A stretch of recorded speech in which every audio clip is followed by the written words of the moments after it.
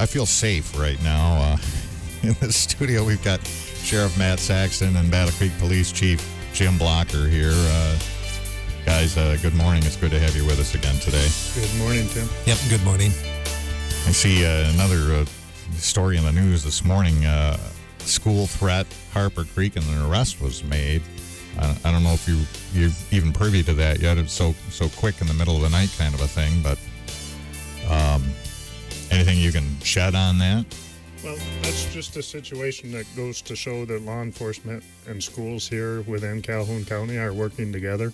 That threat came through late at night. The law enforcement and the schools got together and determined who made the threat and was able to make contact with that person and determine that schools were safe to open today and that all students are safe heading to school. But it's the schools and law enforcement working hand in hand to make sure things are safe.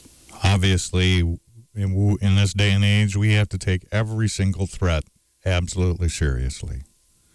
Well, we do. And again, that was a great example how 3 different law enforcement agencies and the school system immediately came together to address, first identify, assess, and then address what they perceived as a threat.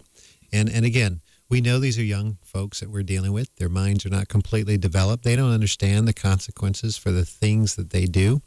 Although clearly this morning, I think the consequences are clear in the mind of that young person and his family. Mm-hmm. But just last week, I know the sheriff, along with school superintendents, hosted a meeting at the Marshall Law Enforcement Center. And there, all of us sat in a room and we discussed all area law enforcement agencies as well as regional superintendents. We talked about just this piece. Recent legislation that I know Sheriff would like to speak about, but also how do we communicate effectively so that we can immediately identify and assess ongoing and continuing threats in an educational environment? And really, what is the best way forward in dealing with this?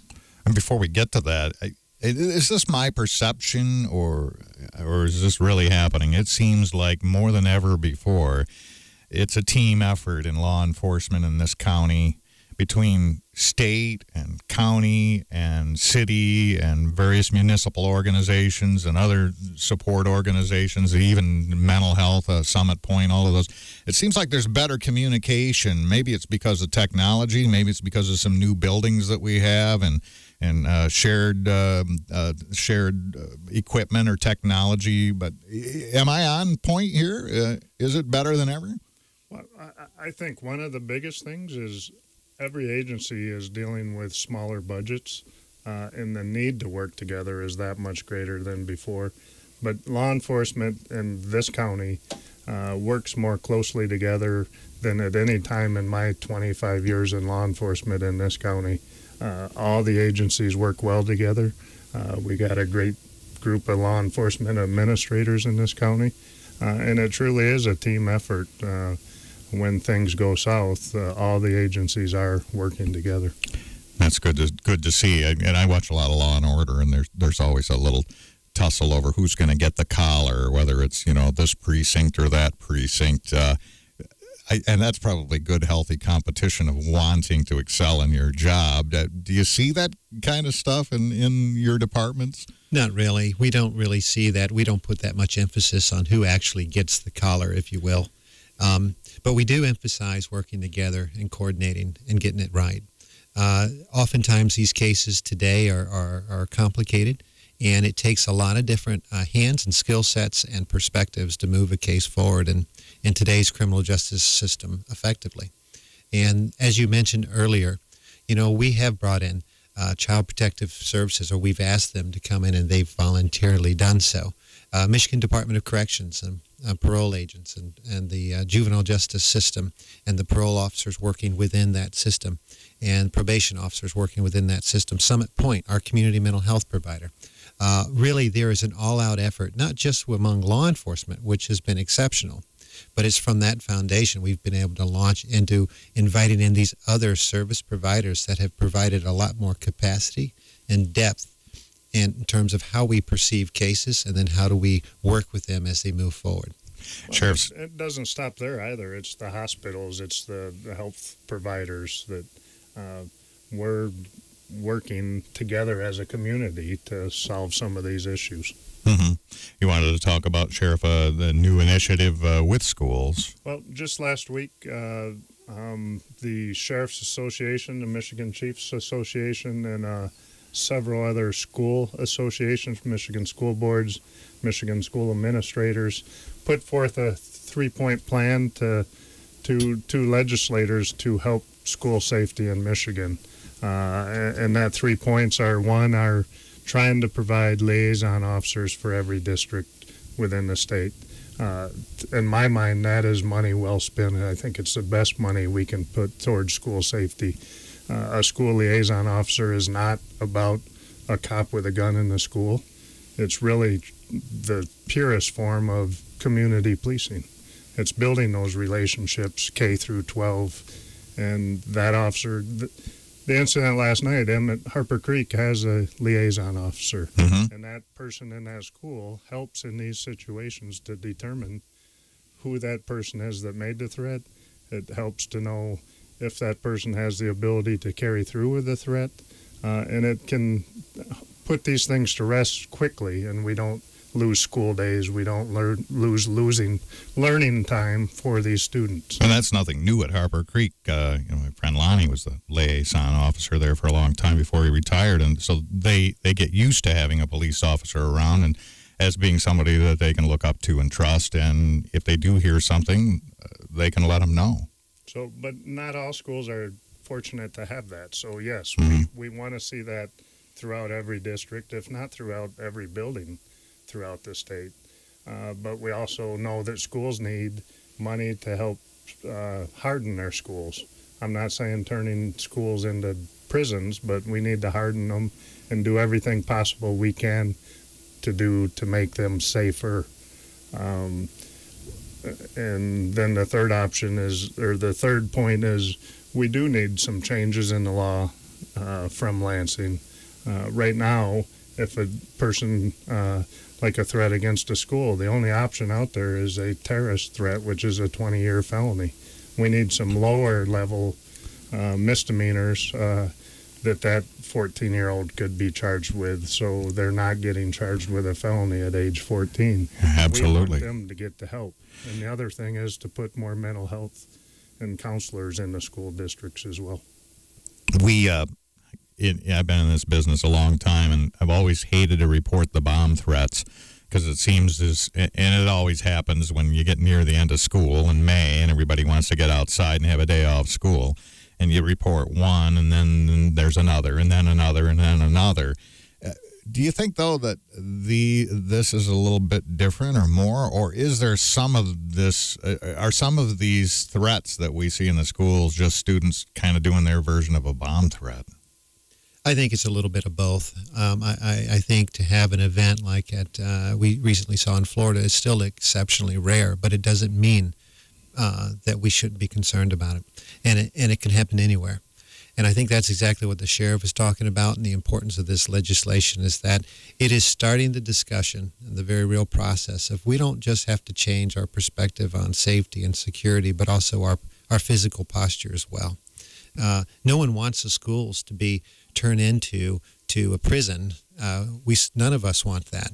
But it's more than just fortifying the school campus itself, but it's also adding that those counselors and those folks that work with the students and that the students can work with, and along with the school resource officers and the staff, is we're asking everyone to look at students differently, look at the educational environment differently, and if there's something out there, take a more proactive stance against bullying or victims of bullying, for example.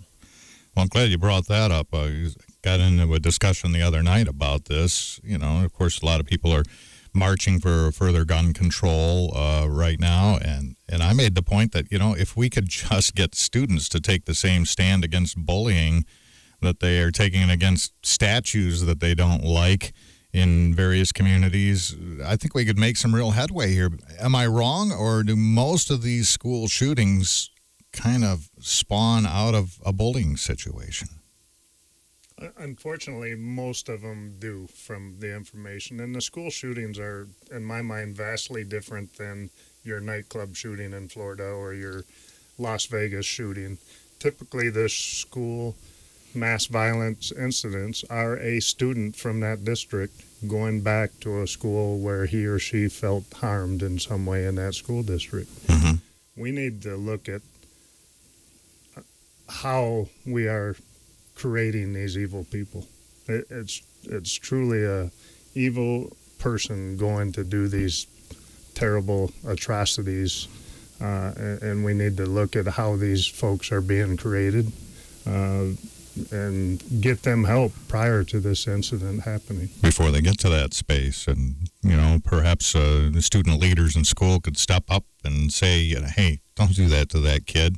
And maybe reach out to them as a person. Who knows what they could stop? They could avert terrible tragedies. Well, and I go around and talk to all the fourth graders about being good students and staying in school and getting a high school education and making sure people feel safe while they're at school. And part of that is making sure people aren't being bullied while they're at school. If that kid's being bullied, they don't feel safe at school. And in turn, they don't get the education that they deserve to get. 80% of the folks in my jail this morning don't have a high school education. That's, 80%. And that stat is the same in DOC. One thing we can do to help turn around our prison and jail populations is make sure kids get an education. Absolutely. And we all need to fight to make sure that's happening. Bullying question's tough. I was thinking about this on the way home last night, and, probably 75% of the students are either, among kids that are susceptible to getting bullied or kids that don't get bullied but don't want to associate with the kids getting bullied because then they're afraid they'd get bullied. And so all of a sudden you end up with maybe 25% of the students at the top. And they're the ones that really need to show the leadership here against this. And that's what I kind of talked to the fourth graders about. They need their neighbors are their classmates at school, and they need to make sure each of their neighbors feels safe while they're at school. So if somebody knows somebody being bullied, they need to stand up and help support that person. Or if somebody's being bullied, or you're the bullier, we all need to work on that issue to make sure everybody feels safe at school. And we need to start at a younger age and make sure kids are told no, that they can't act that way, and that there are consequences if they act inappropriately when they're at school. And continue with that through high school to make sure kids learn how to behave in school before it gets to the point of a mass violence or active shooter. For some reason, there have been some stories surfacing in the social media and the internet that say Battle Creek is an unsafe city. And I just shake my head. I think about some cities in Michigan that I would not go walking in at night. And Battle Creek is certainly not one of them. I feel safe all the time, almost anywhere in this city. And I don't know what's driving this, but, our crime rates are really at an all-time low, aren't they, Chief Blocker? Remarkably, I think, and if you look at the national stats, and I've talked about it publicly, I've talked about it at the commission meeting, I've talked about it at the Economic Development Forum that we have annually. You're right, our crime stats are going down, and the good news stories keep coming through. And I don't really know I don't particularly even care to comment on some of these hit pieces that are written by folks that really aren't members of the journalistic community, but more importantly, they have a blog or they have a specific special interest in something other than Battle Creek. But here in Battle Creek, I tell you that just last week, Forbes magazine published an article where small town America is thriving, and Battle Creek was listed number 1 under the business and professional service hubs. In other words, our numbers are extraordinary, and Forbes recently acknowledged that. And if you remember, it was a mere, 5-6 years ago where Forbes indicated where Battle Creek was struggling a little bit. So I think there's a resounding redemption in terms of what the resiliency that this community has. And we have a lot of wonderful things going for us. Just recently, the city put in for an All-American City Award, and we were nominated as one of the top 20 communities in the country. And that's along with so many other communities like Springdale and communities in Colorado And I don't know. I think we have a lot more to be proud of than what's out there right now. And certainly Forbes has a tad more credibility than some guy's website that's only interested in getting people to click on there and drive their click numbers up. That's right. Yeah. We do still have some higher crime areas, though. In our city, I mean, the Post Edition is one, and Verona area is another one. And I understand recently the Department of Justice gave us a burn grant for a couple of areas. What are we doing with that money? The burn funding has been identified to focus on very specific areas within those higher crime areas here in the city. And we have assigned an officer to those areas, and really it is an all-out effort working with the community, working that live in that particular area, working with the Neighborhood Planning Council, and about really emboldening and helping that community, those residents that live there, identify what are the issues, and then work with them to resolve them at a personal one-on-one level. We're not the only ones involved. The Community Foundation is involved. The Urban League is involved. The neighborhood planning councils are involved. Really, it's an all-out effort. And, of course, the residents themselves are involved. And I tell you, the officers that are working this particular program, along with our coordinator, Kelly Dillman, is just doing an extraordinary job about connecting the residents with community resources, which in many cases they didn't even know existed. And they're already starting to see some improvement in some of these neighborhoods, and that's something we're really proud of. There we go again. Instead of police officers out there all by themselves, we got groups in the community banding together, and different police agencies and different entities all working together for a common goal. That's right. Nobody owns this. We shouldn't operate in a silo. It takes a village not to just raise our kids, but to keep an overall safe operating environment. And that's what this is really all about. We're shocked at the murder of 22-year-old Joseph Bowser. By all accounts, a great kid who graduated recently from Battle Creek Central and, was moving ahead. He was murdered. How has the community responded? Have you been getting some tips, information that could lead to an arrest? Oh, I anticipate an arrest. And there's been a lot of cooperation, a lot of tips coming in. We are forward-leaning on this. We have not stopped since the moment it was discovered, and we won't stop until we can bring somebody to justice. Mm-hmm. And speaking of that, the Sharon Watson murder, Barney's Bar several years ago, the woman convicted of that now has been set free by a judge. I guess blood found at the scene. Well, they were saying at one point it might be a match, and now I've heard it not a match. Has the prosecutor communicated to you anything about further investigation in that? I think that's something that we're going to continue to talk about with the prosecutor's office and determine what exactly they'd like to go forward with, if anything, at this time. And no, I don't really have anything right now. Mm-hmm.